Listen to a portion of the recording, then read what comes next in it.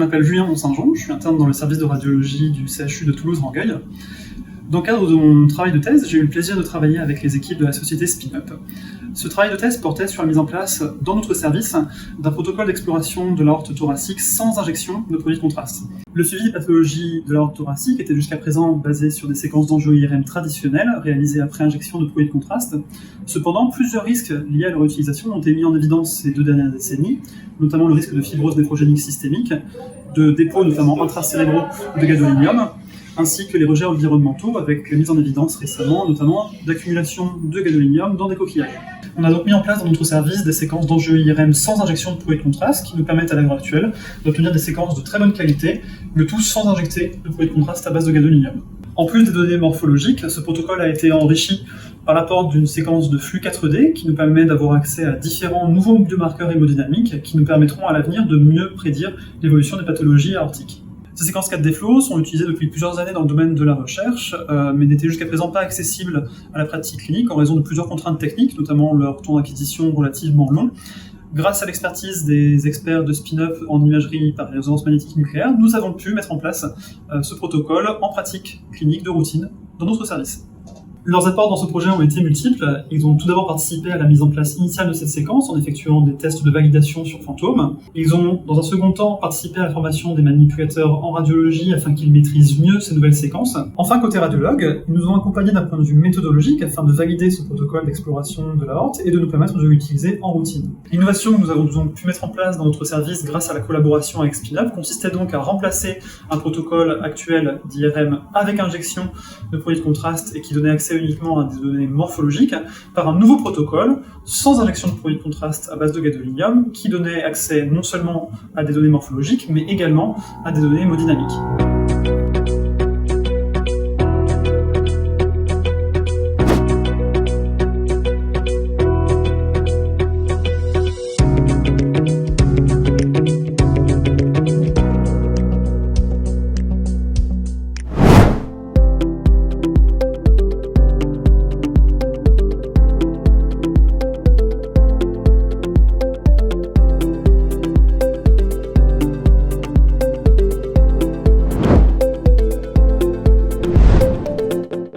Aujourd'hui, la prise en charge et la sécurité des patients est au cœur de nos préoccupations, spécialement en scanographie, puisque c'est la modalité la plus irradiante en imagerie médicale.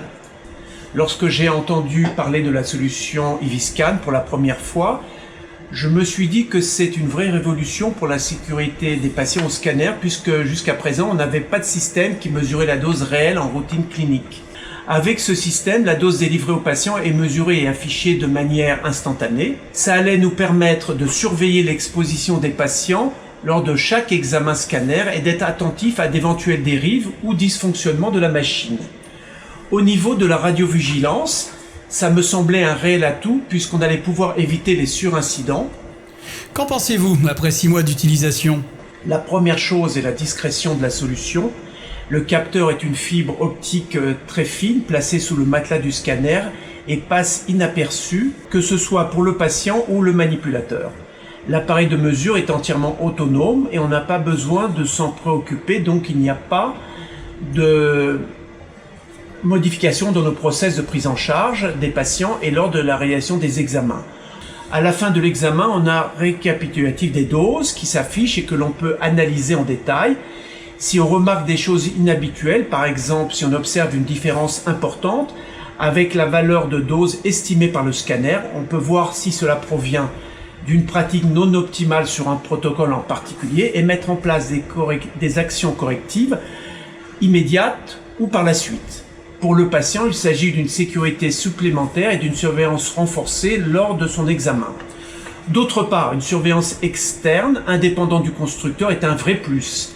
IVIScan m'apporte plus de sérénité dans ma pratique quotidienne et c'est également un outil très pratique pour la réalisation des NRD presque instantanés puisque tout est automatisé. C'est un réel gain de temps pour notre équipe.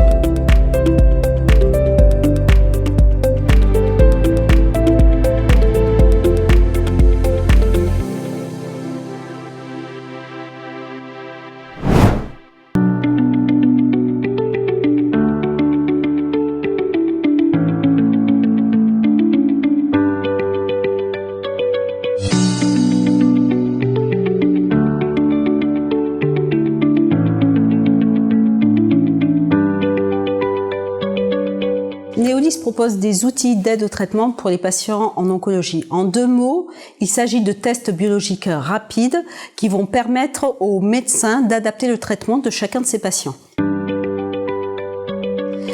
Un patient sur 2 en France est traité par radiothérapie. 15 à 20% de ces patients vont avoir des séquelles, des effets secondaires dus à leur traitement. Identifier en amont ces patients permettrait de mieux adapter leur traitement. C'est pourquoi nos tests sont destinés à tous les patients ayant un cancer et devront avoir un traitement par radiothérapie. 3,8 millions de Français et de Françaises ont ou vivent avec un cancer, ce qui implique que sur les 70 millions de personnes vivant à l'heure actuelle en France, nous connaissons tous de près ou de loin quelqu'un qui est atteint par la maladie. Donc, identifier ces patients devrait permettre une meilleure prise en charge et ainsi, in fine, permettre d'améliorer leur qualité de vie ainsi que la qualité de vie de leurs proches.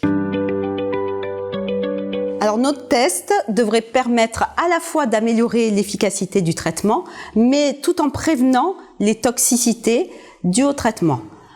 En effet, le fait de pouvoir prédire ces toxicités, ça devrait permettre d'éviter un arrêt du traitement qui est une véritable perte de chance pour le patient en termes de guérison de son cancer.